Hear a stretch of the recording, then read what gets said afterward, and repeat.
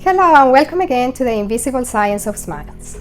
In the last episode, we talked about the psychology of the smile and how our nervous system responds to it. And we left an open question. If smiling is so powerful, what actually helps a smile feel easier to show? So today, it makes complete sense to talk about whitening. Because for many people, whitening is the first thing they think about when they want to feel better about the smile. So for many people, whitening is not about vanity, it's about identity and the way they feel. Most of the time, people don't come asking for whiter teeth because they want perfection. They come because their smile looks tired, they feel older than they really are, or they just don't like the teeth anymore. So I had patients in the past that have asked me why my teeth look old and yellow. So this particular patient came to my practice and asked me and said to me, what can I do? My grandchild says to me that why my teeth look dark and dirty. And she didn't feel good about that, so she wanted to do something because what her grandchild said to her stayed with her. So then we helped her by doing some whitening treatment, and then she was happy.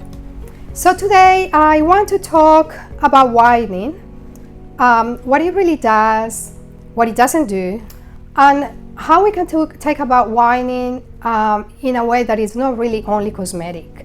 So we human beings always wanted white teeth. So this is not new. It's not a new treatment. Humans have cared about the appearance of the teeth for thousands of years. If we go back into history, in ancient Egypt, people used to clean their teeth using abrasive pastes made from minerals and vinegar. In ancient Rome, writers even commented on how white someone's teeth were because it mattered socially. White teeth were associated with cleanliness, youth, and status. Before dentistry even existed, people tried everything they could. They tried scrubbing, they tried powders, they tried chemicals. Some of them work, a lot of them damage the teeth. But that desire itself, that part is deeply human. We always want to look better. We always want to feel younger. Human beings always have to try to find ways how to look and feel younger. So we went from scrubbing to science. So for a long time, whitening meant one thing, scrubbing the teeth from the outside. But the real breakthrough came when dentistry stopped trying to polish teeth whiter, because this is not a way to make teeth whiter. So we started to understand what's happening inside the tooth. So that's when chemistry changed everything. So today we don't need to grind anymore, not sanding the enamel. We just understand that there can be chemical process that will help to whiten our teeth. So before we start talking about that process, let's have a look about what forms our teeth. So to understand whitening, we need to understand what a tooth actually is.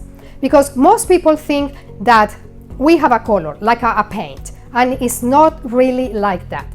The enamel is the outer layer of the tooth. And the enamel doesn't have color because enamel is made of crystals of hydroxyapatite. And we have these millions and millions of microscopic crystals. So we need to think of enamel more maybe like a diamond instead of a painted wall. So if we look at a diamond, it looks bright and white. Not because it has color, but it's because of how it reflects and bends light. So teeth work the same way. Enamel is translucent. It really doesn't have color. The light passes through it and it's going to reflect back. And that's what your brain is going to read as bright or white. But even though enamel is crystal, it's not solid like a glass. It has microscopic porosities.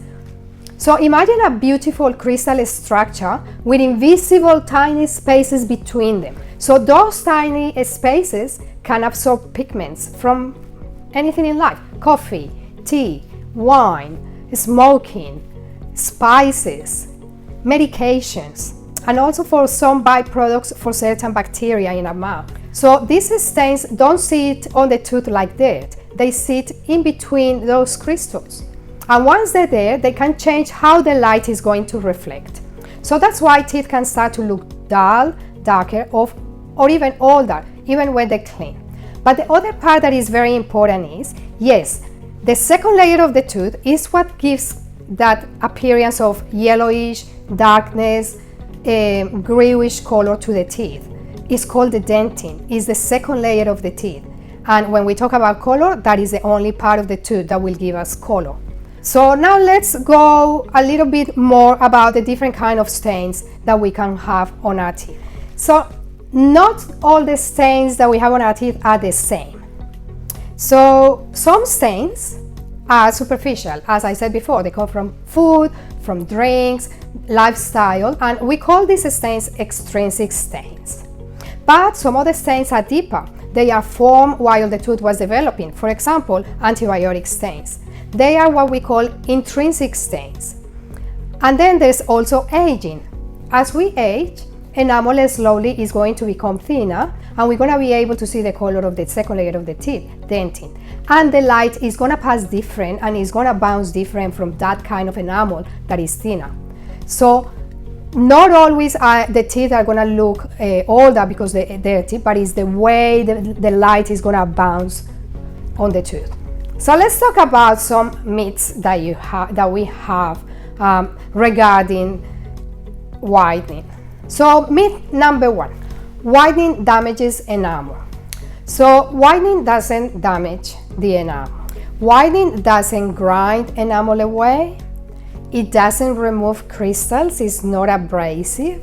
Whitening works by breaking stain molecules between the crystals, not by damaging the crystals themselves. Myth number 2, sensitivity means damage. So the sensitivity that we get from whitening is not permanent, it's temporary, and it doesn't mean that the tooth has been damaged. During whitening, oxygen moves through the tooth temporarily. That can make the nerve more reactive for a short period of time, and that's what we call sensitivity. It doesn't mean that we are harming the tooth. Myth number 3, the whiter the better. So whiter is not always better. Natural teeth are not supposed to be paper white. Natural teeth reflect light in layers. So a healthy, youthful smile is usually bright. It's not chalky, it's not flat, it doesn't look artificial. Myth number 4, whitening works the same for everybody. So here is something that's very important. The results depend on the enamel structure, the type of the stains that we have, the age, the genetics, and the habits. There are some stains that are much harder to break, and there are some shades or color that is harder to break. For example, gray shades, they are gonna take longer to break, and not always is possible to break them down. Myth number 5, whitening changes the tooth color. So in reality, it's not like we are repainting the teeth. What we are doing is removing stains, and then also changing the molecular distribution on the dentin, making those bones smaller, so when the light reflects, they look brighter and whiter. So let's talk now about what whitening can and can't do. So whitening only works in natural teeth. It's not going to change the color of fillings, crowns, or veneers. It's also not going to change the shape of the tooth or the alignment. Whitening is not going to cause abrasion of the enamel, and when whitening is done properly, with the right diagnosis and the right product and timing, is one of the most conservative cosmetic treatments that we have. So let's talk a little bit about why it's so important that you actually visit your dentist and have a diagnostic of how can you get your teeth whiter. So every individual is different, and we have different types of gels, we have different types of percentages for each gel. And then depending on the individual situation, we will advise the patient which gel, for how long, and what percentage is better to use for the particular case. Whitening can have risks. It's a procedure, and every procedure carries a risk. So as we talked before, whitening can cause transient sensitivity, Whitening can also is very individual. So in the literature we have that some individuals will not whiten. We don't really know why. It could be related maybe to the way the internal structure of the tooth is, more related maybe to dentin, a type of dentin that is harder, so it's more difficult for the oxygen to go through. The other risks for whitening is, this one is a little bit difficult to treat, because when people over whiten, so then what is going to happen is the enamel is going to become more translucent. As the enamel becomes more translucent, so you are able to see through the enamel the background of the oral cavity, which is dark. So people usually say, I've been doing this whitening and now my teeth look gray. So this is something that is caused by over whitening. And yes, we can try to regress it, but it's not very simple to regress it, and it can take a lot of time. So it's not advisable to over whiten your teeth. There's another complication that can happen with whitening, and is the gel can burn the gums, and it can end up maybe causing recession in the gums. The other risk that we have with whitening is that sometimes it can cause what we call external resorption. So is where the root of the tooth will get damaged, and that is permanent. So very important that you talk to your dentist about it and that you do whitening safely. Okay, so thank you so much for staying with me on this episode about whitening, and I will see you on our next episode. So take care.